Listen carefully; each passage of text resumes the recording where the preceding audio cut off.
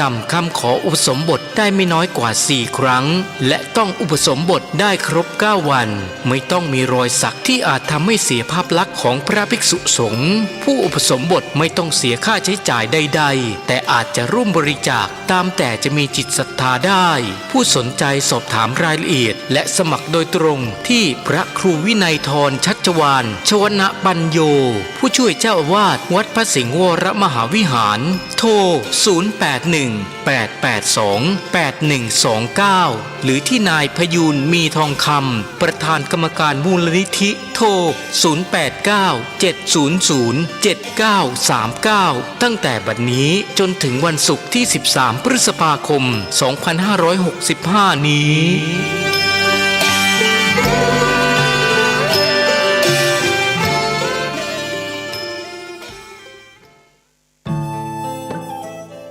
ท่านกำลังติดตามรับฟังสถานีวิทยุกระจายเสียงพระพุทธศาสนาแห่งชาติและสังคมคลื่นเพื่อการศึกษาพระพุทธศาสนาและวัฒนธรรมระบบ FM 104.5 เมกะเฮิรตซ์รายการต่อไปเป็นรายการมรดกธรรมกำเมืองดำเนินรายการโดยพระครูวิสิทธิ์ศรีลาภรณ์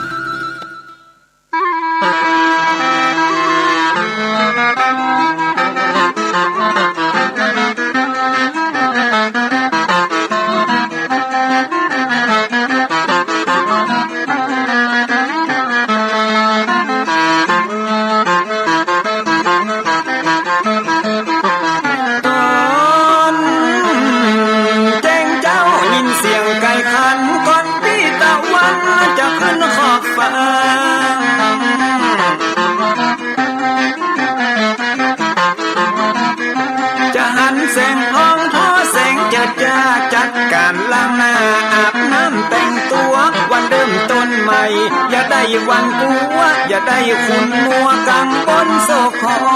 น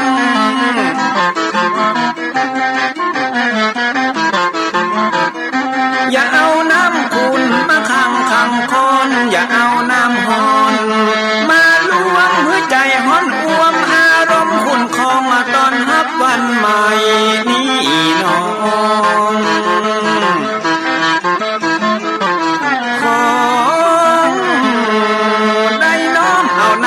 คำสอนของพระชินวรประเสริฐเลิศล้ำ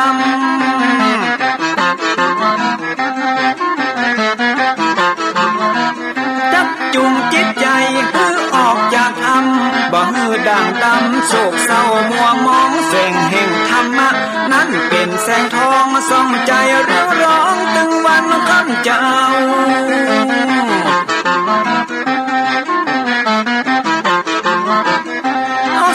มานำเอาธรรมมาเฝ้าเพื่อจิตใจเฮาจุ่มแย้งฝ่าฟันทุกเห็นต่อไปหน้าจะบ่ไหววันแต่หนึ่งเจิญพี่น้องมาฟังรายการธรรมะเบิกบานตอน6 โมงเจ้า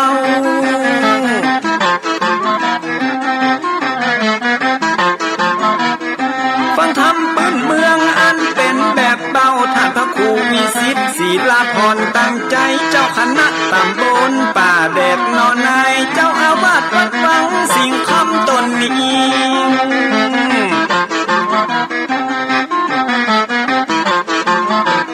อนุรักษ์ของเก่าล้านนาก่อนกี้คือลูกหลานเฮาตีเกิดมาด้วยกันรักษาของดีเก่าเกลือได้อยู่กู้ถิ่นล้านนาฟังทำแล้วของแผ่วจิตใจเหมือนป่าอยู่ในนาทีนั้นน้ำ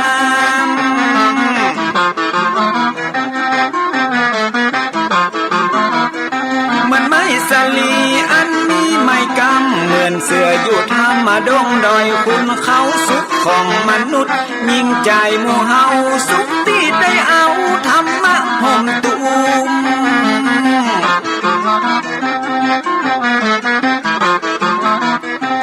ใจคนใดมีธรรมห่อหุ้มใจคนนั้นจุมใจบ้านมันอยู่วิมานเพียงวังจันแก้วบ่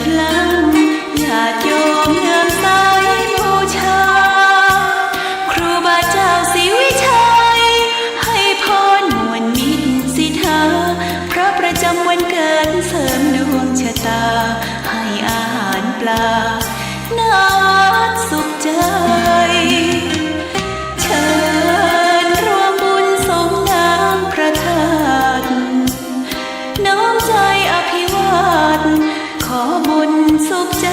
สุขกายไหว้พระขอพรองค์พระเจ้าทันใจหลวงพ่อประเสริฐเจริญพรอวยชัยให้ท่านสุขใจทั่วกัน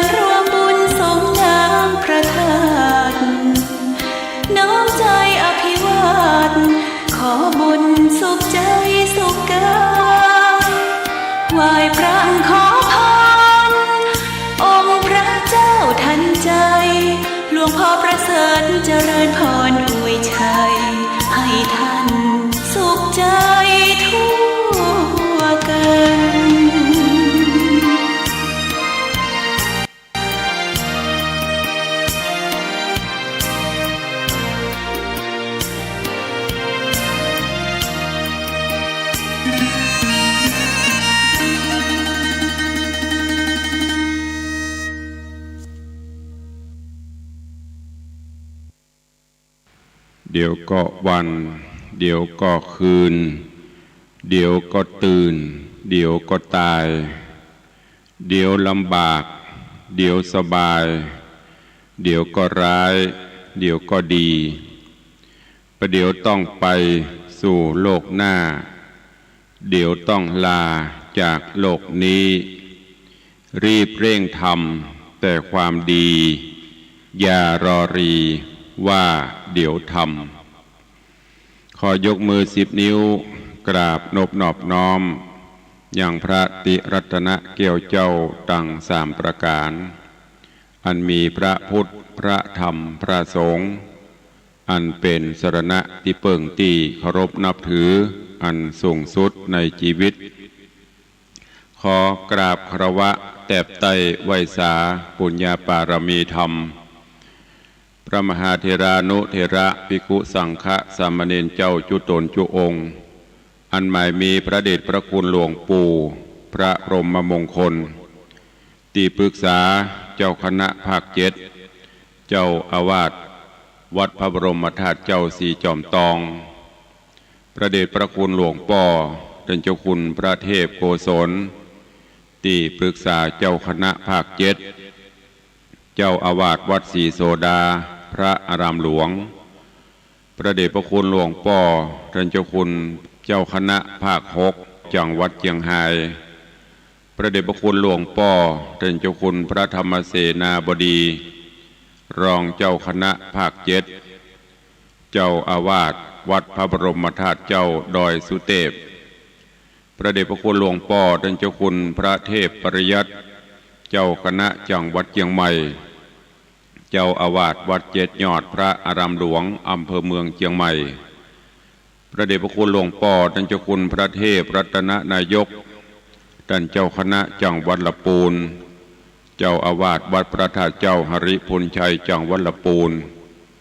พระเดชพระคุณหลวงป่อท่านเจ้าคุณพระราชรัชมุนี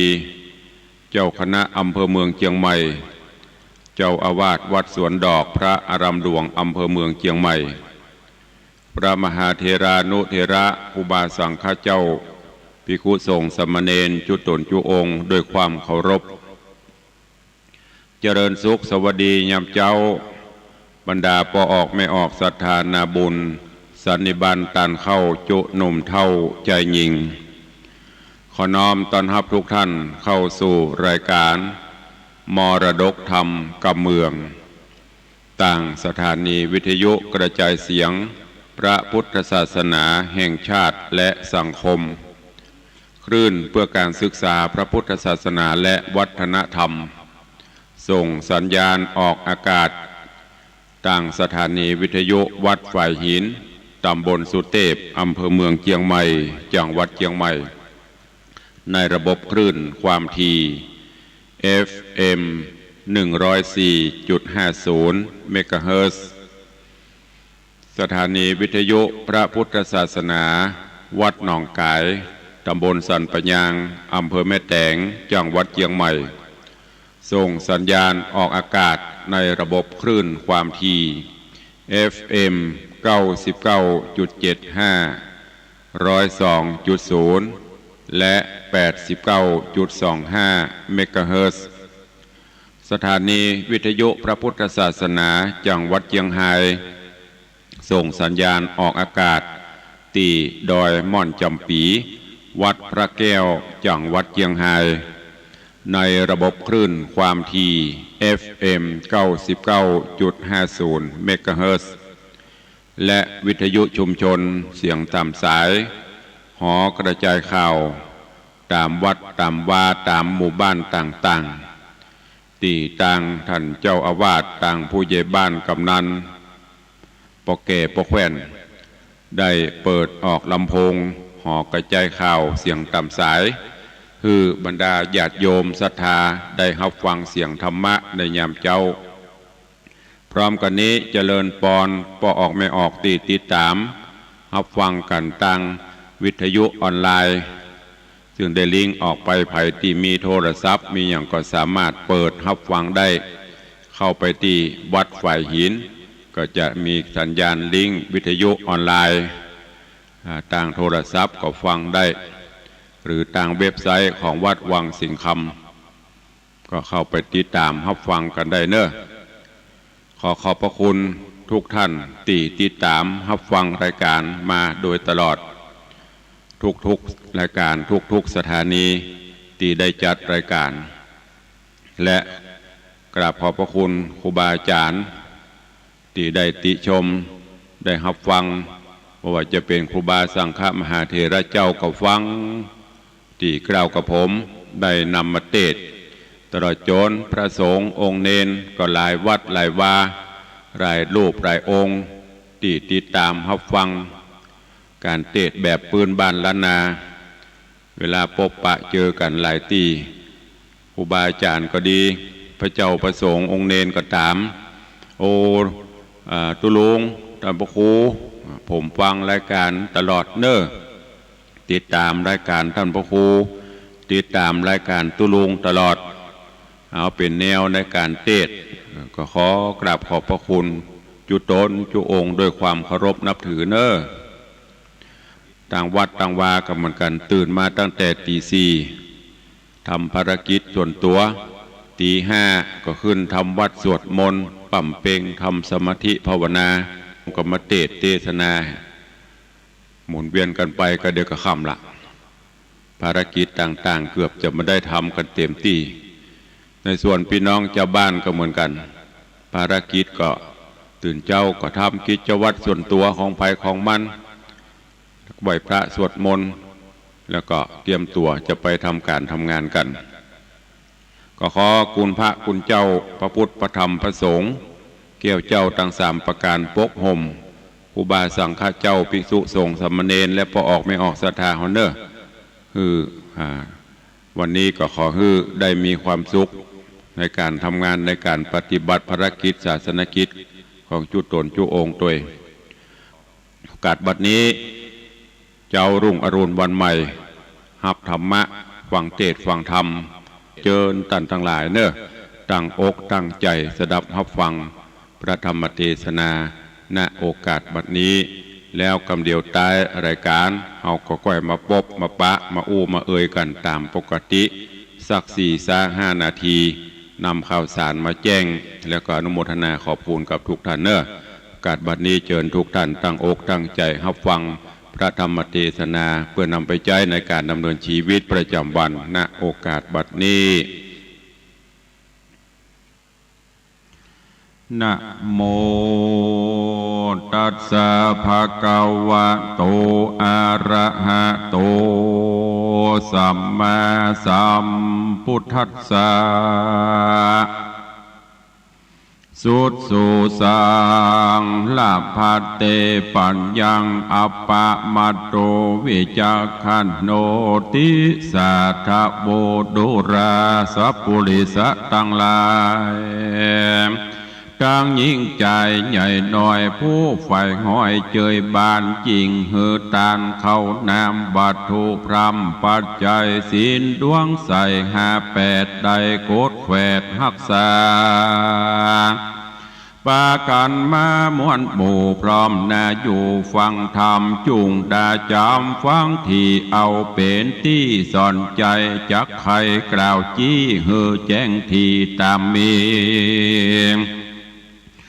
ดังพระมุนีที่ใบเตสัตนาไวเมินมาบัดนี้แด่เตอศรัทธาอันว่าสัพพัญญูพระพุทธเจ้าตนเป็นเก้าศาสนานำสัตตามวลหมู่หือโพ้นจากมารภัยเตสนาไขบอกเล่าหือหูเก้ากองดีได้เว้นหนีกรรมบาปอันกระยาบจังไรการว่ามีภัยมาเก่าหรือมีข่าวมาถึงหูหือพิจารณาดูที่สั้นอย่าด่วนสั้นเอาเบาอย่าถือเอานุ่นงิ้วใจจุ่งติ้วเอาหินพากันฟังเขาจะด้วยง่ายก็จ้างฮ้อนให้ไปลางตุกปะปังจ่องหอยได้ตำก้อยเครื่องกาพองก็จะหือใดพ้องก็ไกลหือเสียแม่นลูกเมียมากล่าวอย่าฟังเฝ้าตัวตามแม่นคนหลายล้ำใหญ่น้อยมากล่าวถอยกรรมดีว่าตนบุญมีมาเกิดตนเจ้าว่าตนผาเสดมีมา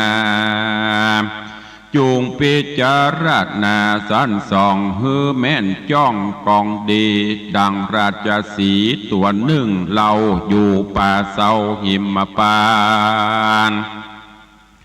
หานกวางฟันมาจางอันสัตว์ปากวางนาหกเล่นมาเป็นหมู่ต้นไม้ลู่เป็นสายได้เจ็บลายไม่มาดก็โอกาสจะทำใครหูความเก้าเหตุหือเข้าโป้นเขตเครื่องขีดังนิยายมีแต่ก่อนเจนปูมอนปิตาว่ายังมีกระต่ายตัวหนึ่งนาบ่อไรนอนอยู่ใต้ต้นตาลพงสำราญมาม้อยดาจักม้อยหลับไปล้มกวัดไกวลายหลากหน่วยตันหักไปโบนโลนลงโหนต่ำไตโต๊กถูกใส่ใบแห่งอันอาข้างแจงหนเนื้อเสียงดังเหลือมีกองซัดนันห้องไพรโซนกระต่ายต้นสะดุงสติฟุ้งเววาเกิดวาดดอยผาจักลมแผ่นดินลมเปปังบอกกึดยังเหตุเก้าว่ามีแต่เล่าสันดายป้อยหนีไปบ่จ้าเอาไปนาเป็นไม้ย้อนกว่าตายหมู่รีบบอกเจ้าหมู่เรียวปันว่าจุงปากันอย่าจะเล่นจอมข้าเรียววายการบอกไปนั้นใส่สู่จักใดเมื่อมอนเหตุดงดอนป่าไม้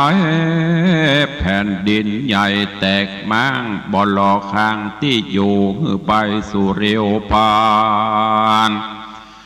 ย้อนข้าหันสันทีบอบมีที่สังกาจิงเล่นมาสู่รอดอีดหิวหอดดาตา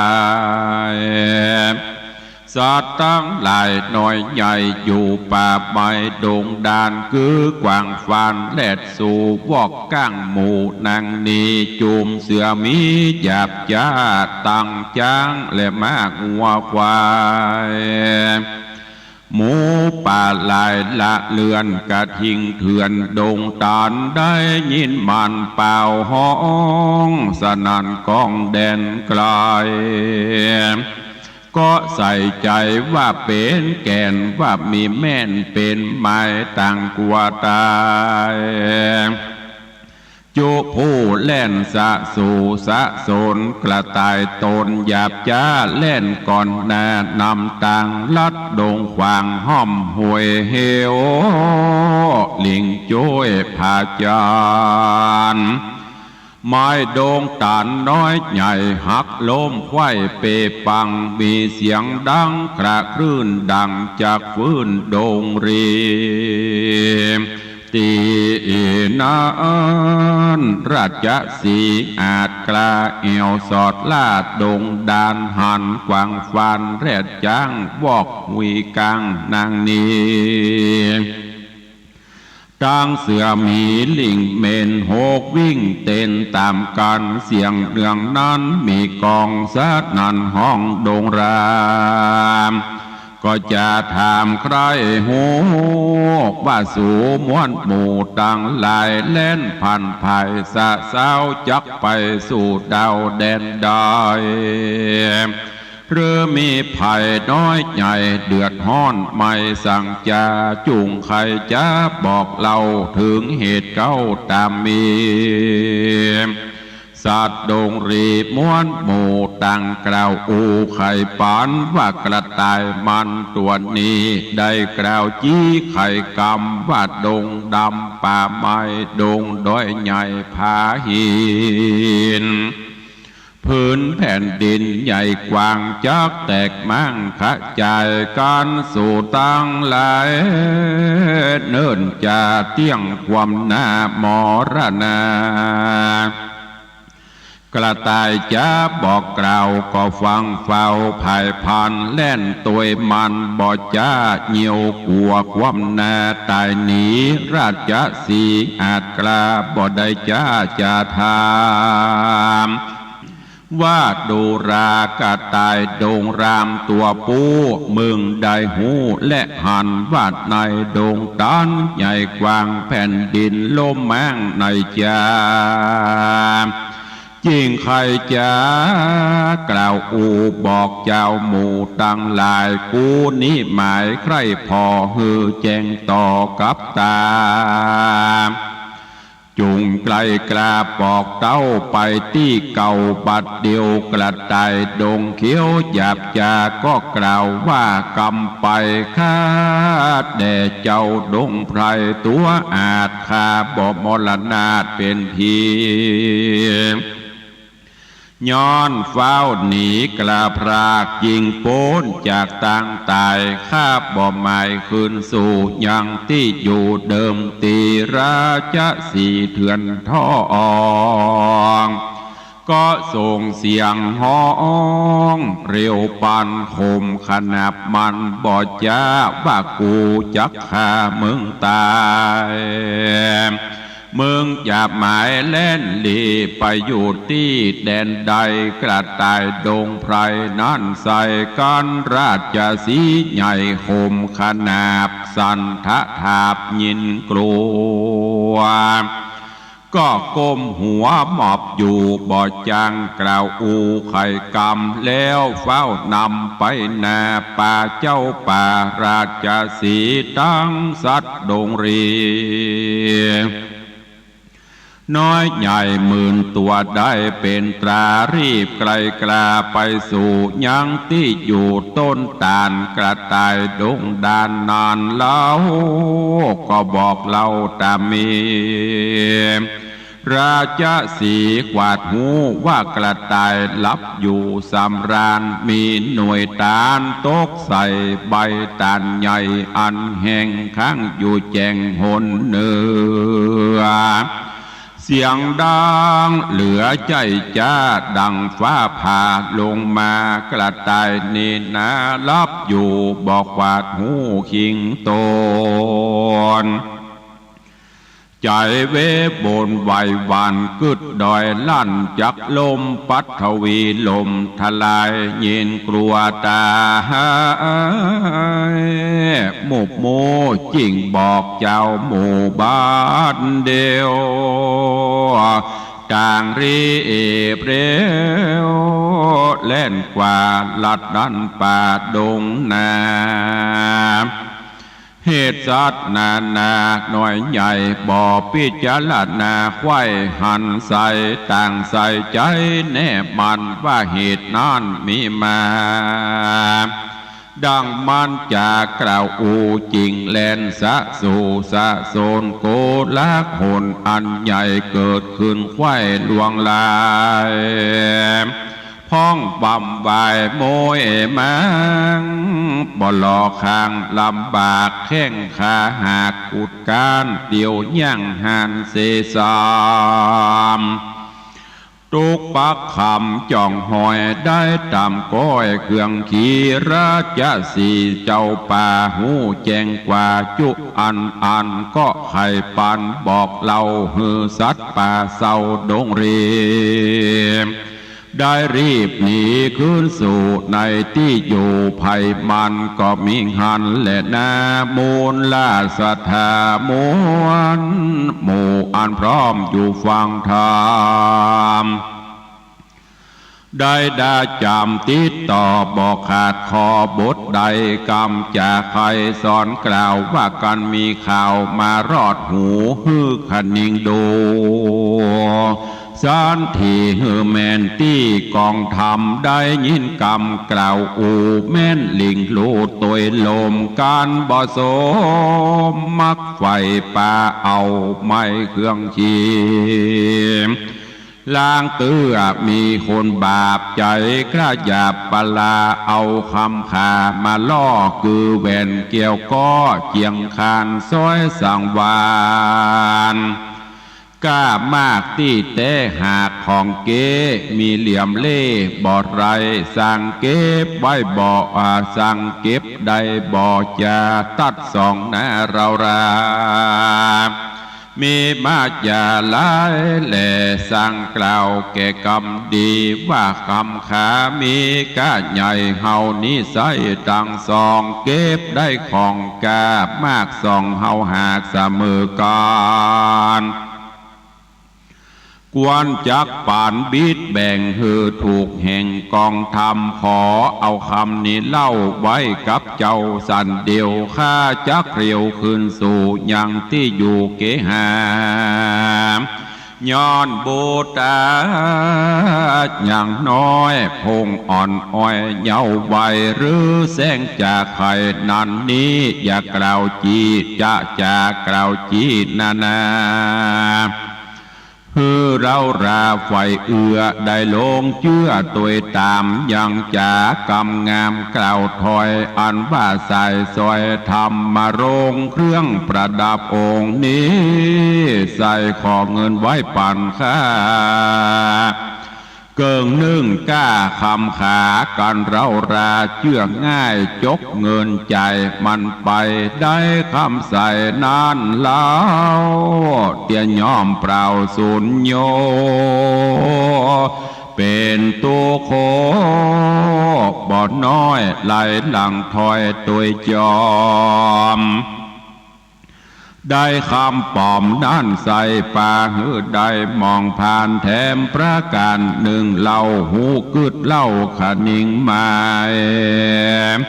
ว่าการยิ่งใจใหญ่หน่อยมากล่าวถอยจากใครจักจวนไปนั่นนี้ทำงานที่สบายเงินหลาย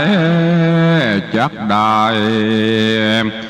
วันเกิดไข่ไปยาวแม่นด่วนเปล่าหาดเฮารีบฟังเฝ้าตัวไปจากทุกใจเมื่อซอยได้ตามก้อยทาโรนกวนพอโตตัวเก่าว่าเฮานี่เล่าสันได้คนใกล้ไก่ผู้อื่นมีอ่านหมื่นถึงแสนพับไว้แดนมวลหมู่มีความหูนักหนา รูปโสภางามอาจสั่งบ่โอกาสเอาไปเป็นสันใดนั่นใส่มาใครใดตนเฮาข้านิงเอาดังนี้เอาเป็นที่พิจารณาเฮือเมินตาพ่อกวางกึดอาจอ่างไปยาวสืบสานสาวทวนที่เฮือแมนที่ตามกองพองก็ปองเฮือใดพองก็ใกล้เฮือเสียแม่นหันเหตุดิ่งโลเยื่อกำอูตามลมกันบ่สมดังแองได้วิดว่างเครื่องขีจุมคนดีมีมากคนให้หากมีลายตั้งยิ่งใจหนุ่มเทาดังปราดเจ้าอติตาจะสอนมาบอกจี้ว่าฮือเฮานี้ยังเชื่อใจไฟเอือต่างดีเชื่อว่าพระมุนีปิ่นเกลาคือพระพุทธเจ้าเราราตราดพระญาขวาดหูไผ่บ่อูไข่ปานหูและหันแจงทีบ่มีตีสงสัยหูพิจารณาไปสั้นส่องเหือแม่นจ้องกองธรรมหันว่าป่าปะกรรมใหญ่น้อยเป็นตัวถอยกาลีหันว่าบุญมีเตียงแต่บาปมีแน่เป็นมาเชื่อว่ายิงใจหน่อยใหญ่ตกอยู่ใต้เวรกรรมการกระทำกรรมบาปอันกระยาบกาลีบาปกรรมมีตอบใส่ได้ตกให้จังไรกันกลาไกลละพรากตายละจากเมืองคนยอมเอาโต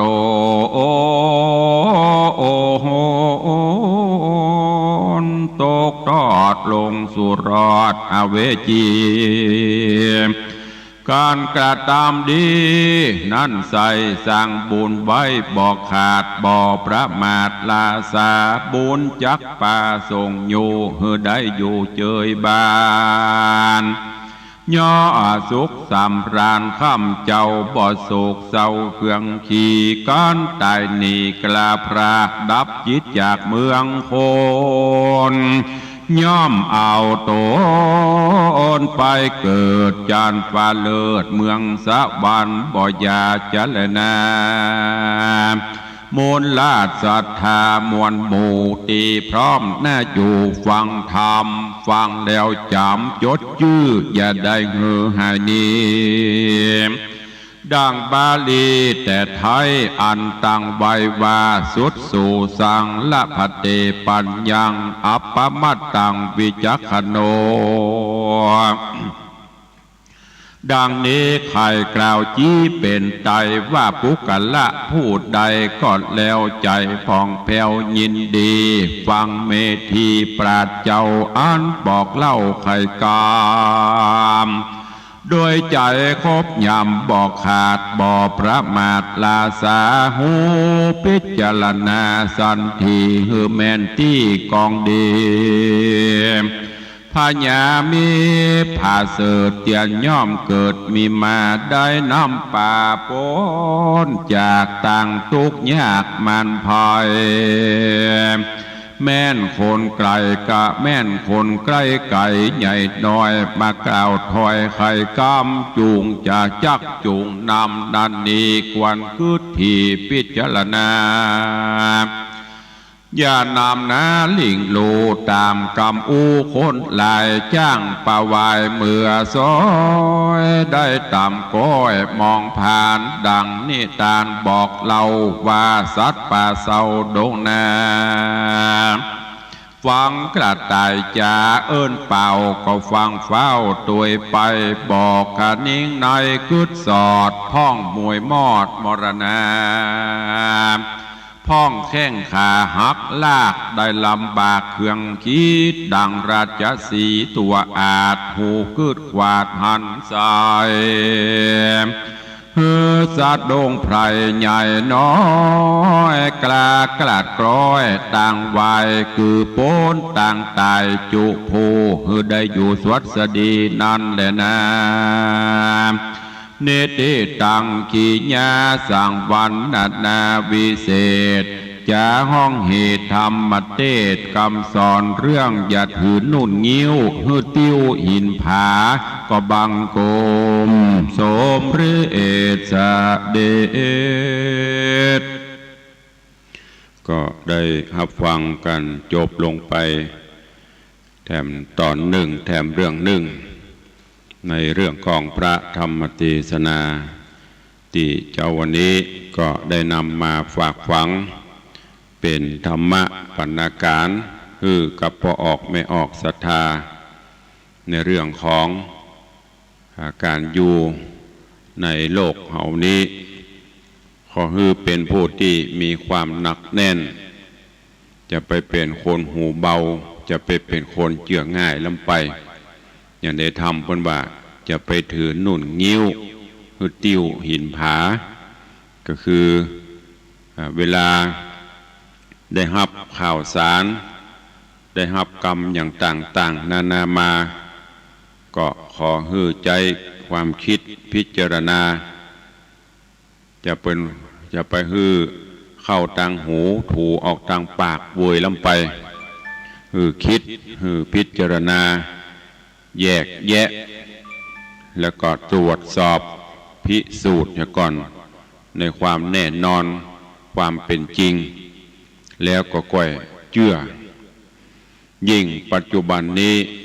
ญาติโยมทั้งหลายสื่อต่างๆที่มันล่อหูล่อตาล่อกิเลสตัณหาก็นัก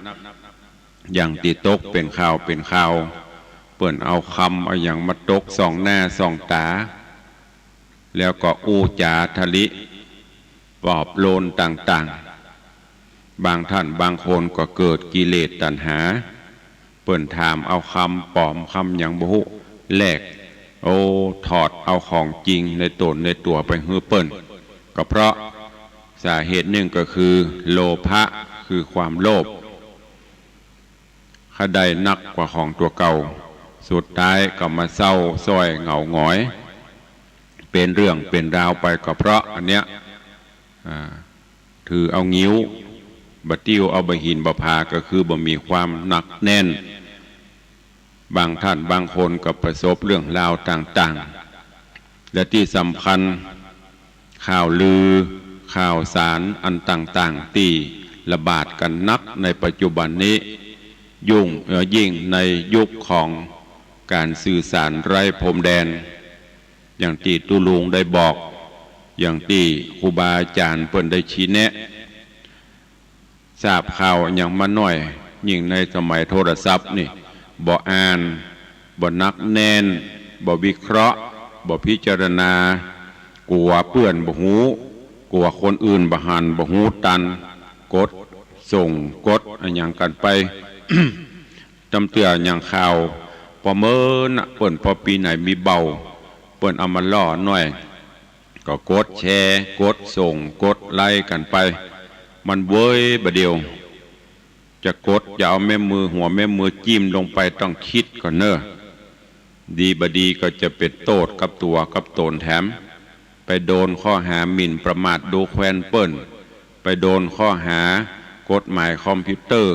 อย่างมูนี่ซึ่งบางท่านก็หูเท่าบ่ถึงการบางท่านก็หูแต่ก็ทำเนี่ยก็เพราะเชื่อง่ายเหมือนอย่างกระต่ายตื่นตูมตะเกีย ในธรรมนะกิ่งบะเป้าตกสว่าว มันรับอยู่เนาะบะกองตกสว่าวตกส่วมบ่พอแล้วว่ามันเป็นอันยังอันยังตกไผนี่ยังที่ไหนตรวจสอบดีๆก่อนก็บอกเนี่ยประหลาดประเด็ดลุกล่นไปปะเปิ้นหมูละหมูอะไรอย่างสัตว์ป่ากวางละมั่งฟ้านอย่างต่างๆนกหนูต่างๆก็บอกสู่เขาเข้าใจเนอะปุ้นแผ่นดินลมแผ่นดินสไลด์ปวดไหลหลังบรรลมนี่เนอะหนีบนนี้ตายเนอะอันหมูนั้นกับปดโตตัวลมแต่หูแต่บหู โจรมีราชสีห์มาสั่งฮือมึงโล่นอะไรอย่างมันนี้กระต่ายก็บอกฮือโอ้ปุ่นท่านเจ้าป่าเจ้าเขาประเด็นนี้นะแผ่นดินมันถล่มพวกดินหยุดดินปังไม่ใช่เหมือนเมืองน่านไม่ใช่เหมือนตั้งเชียงรายเนอะ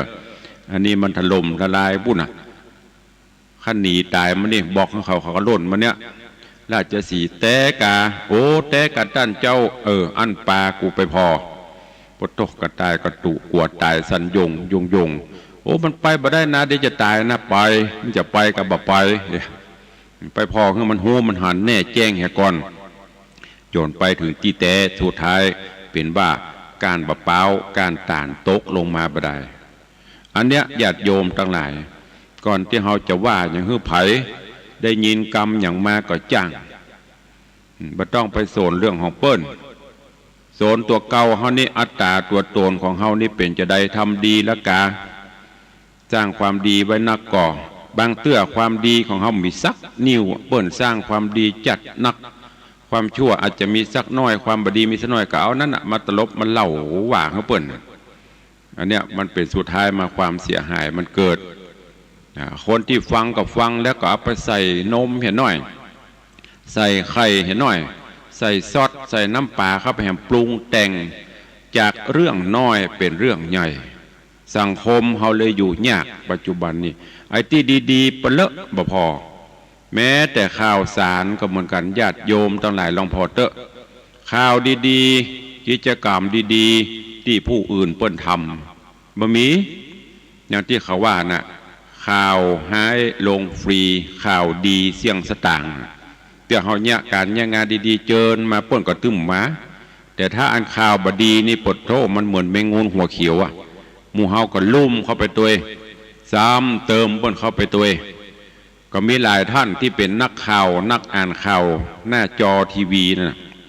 ไอ้เมื่อตัวอ่านข่าวนี่ใส่ไข่ใส่นมใส่แป้งใส่สปะพอดีตัวเก่าโดนเข้าไปแล้วจะหูสึกนะท่านทั้งหลายก็เช่นเดียวกันเพราะฉะนั้นเขาฝากไว้คิดพิจารณาก่อนที่จะถูออกปากออกไปกรรมออกไปแล้วบางเตื้อมันก็แสลงหูบางเตื้อมันก็สร้างความเดือดร้อนก็ขอฮื้อนักแน่นไว้เอาใบหินห้อยคอไว้เอาบะพาห้อยหูไว้พ่องเจาะหูแล้วใส่จี้หูก็คือมันนักอันเนี้ยคนเท่าบกรเพิ่นใส่จี้หูนะเพิ่นคือทวงหูเป็นปริศนาคือนักแน่นจะไปเชื่อง่ายคิดพิจารณาเอาอย่างพุทธเจ้าเพิ่นคือหลักพิจารณาตามหลักกลามสูตรนะจะเชื่ออย่างก็ตามจะไปหันว่าคนนี้เป็นครูบาอาจารย์ของเฮาเราเนี่ยเป็นต้นจะไปหันว่าคนนี้เป็นที่เคารพนับถือต้องหูต้องพิสูจน์โดยตัวเองแม้แต่หลักธรรมคำสอนของพระพุทธเจ้าตุเจ้าอมเตศครูบาอาจารย์นำมาอู้เฮาก็ต้องคิดพิจารณาแยกแยะก่อนว่าแต่บัดแต่อันนี้ฝากไว้กับญาติโยมเฮาท่านทั้งหลายในสังคมปัจจุบันนี้น่าห่วงคนเฮาไปถือเอากระงิ้วถือเอากระนุ่นความเบาบ่มีความหนักแน่นเชื่อง่ายแล้วสุดท้ายก็เสียใจยิ่งอย่างที่ประวัติอย่างที่บอกเนี่ยตกทองตกอย่างน่ะแม้แต่ตู้เจ้ายังโดนนะตู้ลุงเจ้ากระถินเจ้าพระป่ามาฮื้อเนอะโอ้มันแต่งตัวมันน่าเอาหรอก ภูมิฐานอย่านั่งรถเบนซ์รถเก่งมาหรอกแต่งตัวใส่สูทติ้วกระเป๋าเฮปโต้อูดีเนี่ยท่านบรรนักเน้นแต่นะสุดท้ายเชื่อเปิ้นก็โดนอย่างที่หลายๆรูปหลายองค์ครูบาอาจารย์ที่โดนนั่นน่ะอันขอกล้าใจสักน้อยเนาะเดี๋ยวจะไปติดต่อเจ้านายจะไปพิมพ์นั่นพิมพ์นี้ขอ5 ปันนี่เถอะอ๋อมาถ้านักมาถ้าเป็นแสนนะขอ5 ปันถ้าวัดไหนฮื้อ10 วัดก็50,000ละถ้าได้แต่ก็ดีแต่สุดท้ายมันกินกันง่ายๆแล้วก็ทำมำปาฮื้อวัดอื่นเดือดร้อนทำฮื้อผู้อื่นเดือดร้อนผลสุดท้ายมันตามมาเดือดร้อนกันหมดคนก็เลยไม่ค่อยไว้ใจกันไปละอันนี้ขอฝากไว้เนอกับอีพ่ออีแม่กับลูกหลานเยาวชนคนดีที่ฟังรายการอยู่ จะไปเชื่ออย่างล้ำไปง่ายเกินไปคิดพิจารณาให้ดีๆยิ่งเฉพาะให้มาเนื่องอย่างที่เพิ่นบอกตะเกียประก่อนนี่มันมีประเดี๋ยวนี้ก็มีแต่มันเปลี่ยนรูปแบบอะไรจุไปหลอกลวงไปขายตัวขายหยังสุดท้ายมาน้ำตาเจ็ดหัวเขาแม้กระทั่งยังลูกหลานคนดีเยาวชนคนดีทั้งหลายหนุ่มสาวทั้งหลายนะยิ่งเล่นเฟซเล่นไลน์เล่นอย่างนั้นโทรศัพท์ปัจจุบันเนี่ยเพิ่นเอาหูไผ่บะหุมาใส่หน้าตาดีหน่อยหล่อหน่อยเอาแล้วอีล่าบกินข้าวบกินน้ำเป็นกำกึดเป็นครั้งเป็นใครนัดปบนัดปะกันไปสุดท้ายก็เสียตัวโอ้ก็มันเป็นกู้เป็นกิมกับอีล่าบล่าเหยบ่ต้องเดือดร้อนของล่างได้อยู่ป่ายไม้มันถึงตกลงมาอันนี้ไปอยู่ไหนบ่ฮู้พ่อแม่บ่ฮื้อไปโดนกำเป้ากำสุยเนี่ยหูเบาเชื่อง่ายนัดปบนัดปะกันที่หั่นที่นี่พ่อแม่บ่ฮู้หนีไปสุดท้ายไปไอ้อย่างเกิดขึ้นน่ะแล้วเวลามันมีอย่างเกิดขึ้นภัยเจ็บกับเฮาภัยเสียหน้าเสียตากับเฮาตัวเก่าเฮานั่นแหละโดนสังคมเพิ่นก็จะตราหน้าหัวเพราะฉะนั้นเมื่อได้ฟังแล้วลูกหลานหนุ่มสาวคิดพิจารณาให้ดีเนอะบอกว่าจะตั้งอันยังก็ตามจะเลือกกู้เลือกนายก็จังขอให้เอาตัวอย่างพ่อแม่เฮานั่นนะครูบาอาจารย์เป็นตัวอย่างที่ดีและที่สำคัญเอาน้ำธรรมคำสอนข่าวสารที่เฮาฟังคิดพิจารณาแยกแยะเอาจะไปฟังแบบผ่านๆจะไปเข้าหูซ้ายทะลุหูขวาฟังน้ำฟังธรรมก็เหมือนกันเก็บแกะก้อนไกเอาอันไหนที่มันเป็นประโยชน์นะเป็นประโยชน์ก็เอาไปใจสังคมเฮาปัจจุบันเนี่ยยิ่งต้องการธรรมะยิ่งต้องการสิ่งที่ความจริงต้องเอาไปประพฤติปฏิบัติจะไปปล่อยให้กิเลสความโลภความโกรธความหลงไอ้ความโลภนั่นก็คืออย่างที่ว่านะอยู่บ้านดีๆใส่ทองบานไผ่ที่ไหนบุหุ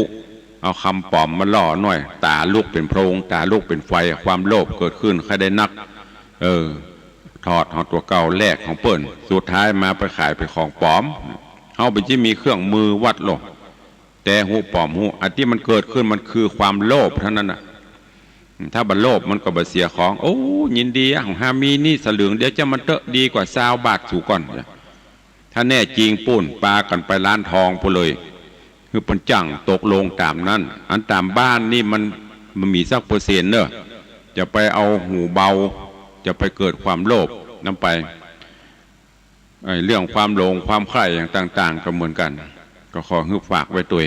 วันนี้ได้นำทำก้อมเรื่องจะไปถือนุ่นงิ้วหื้อติ้วหินผาก็คือจะไปหูเบาหื้อนักแน่นคือมีความคิดพิจารณาเอาหลักธรรมไปใจก็จะนำปลาหื้อรอดพ้นจากภัยอันตรายต่างๆเนอะฝากกับญาติโยมทั้งหลายตัวเองวันนี้เวลาหมดเวลาแล้วขอนำรายการจากไปก่อนเนาะค่อยพบปะกันในวันต่อไปก็ขอความสุขสวัสดีจงบังเกิดมีกับทุกท่านเนอ